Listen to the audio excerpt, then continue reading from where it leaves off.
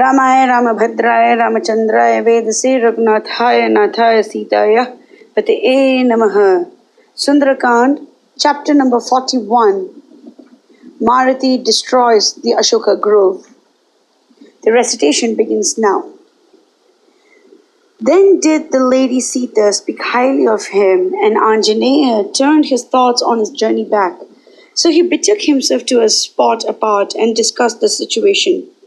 I decided to accomplish two things: to find out the whereabouts of the lady Sita and of Ravana. Now I have come across the lady and have spoken with her. But something yet remains to be done in the matter of acquainting myself with the position of Ravana. I have gone through this Lanka as thoroughly as possible and the various likely spots in it. But I have not yet secured a complete knowledge of the strength and weaknesses of the Rakshasas and the innermost plans and hopes of Ravana. And towards it, I should follow the fourth mean: war in preference to alliance, bribery, and dissensions.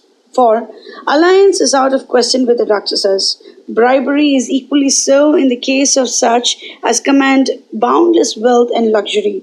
Even so, it is impossible to sow dissensions among those that are inflated with the sense of unrivaled strength, might, and valor. Now, the learned tell us that we should not resort to war because victory and defeat are uncertain factors in it. But there is also the other maxim: everything ends well to him of supreme might. Then defeat is not in my record because I am of matchless strength and valor.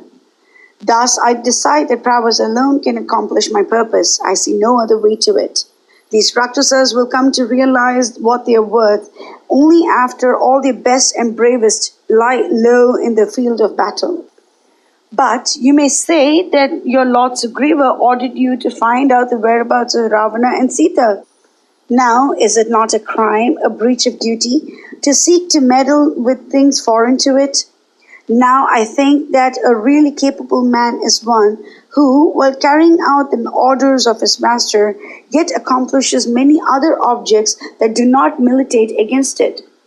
Even for securing a very insignificant purpose, one must not trust to one's means alone. He must have strings to his bow.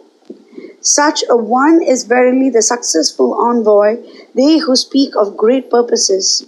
I would not have carried out the orders of my Lord unless I go back to him with a thorough knowledge of the strength and weakness of the Rakshasas and the relative worth of myself and this unholy brood of night rangers. Should he choose to ask me details about this Lanka and its Rakshasas, how could I satisfy him? So, I must seek for the most effective method to bring about a fight between myself and the Rakshasas here. It is then that Ravana would be rightly impressed with the difference between myself and his armies. Then I will face this ruler of Rakshasas in the midst of his ministers and generals, acquaint myself thoroughly with his might and his deep-laid plans about the lady Sita, and go back with a cheerful heart. Now, this Asoka wood charms the eyes and the hearts of the beholders with its strange trees and creepers. The much vaunted Nandana of Indra is nowhere before this. Should I shatter and lay in ruins this pleasure grove of this cruel Rakshasa, like unto a forest fire grasping at the tops of tall trees, he will be mad with rage. Then he will dispatch his fighters to fight me, and then will come about a frightful encounter between myself and these monsters. And then my valor will consume them to nothing, and then I will go back to Kishkinda, content. Thus did Maruti take counsel with himself. Mighty rage took hold of him, even as his father Lord Vayu. He put forth his dreadful strength and crashed down huge trees through the frightful speed and impact of his thighs.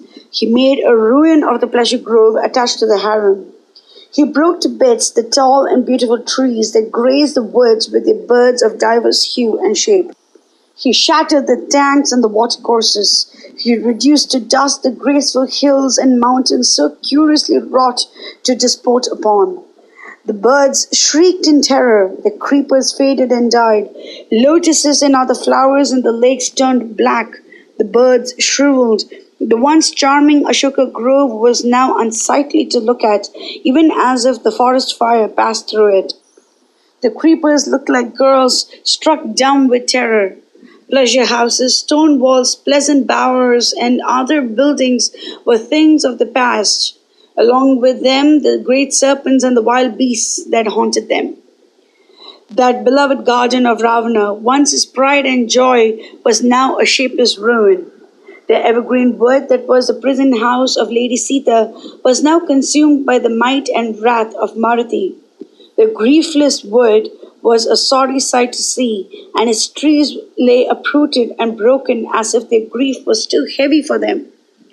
Thus did Marathi strike deep into the pride and heart of the Rakshasa lord. He resolved to fight single handed with the countless Rakshasa braves. He shone, as it were, with a halo born of strength, courage, and enthusiasm, and stationed before the garden gates to wait on his foes. Mangalam Kushlendraya Mahaniya Gunapti Chakravarti Dhanurjaya Sarvabhaumaya Mangalam.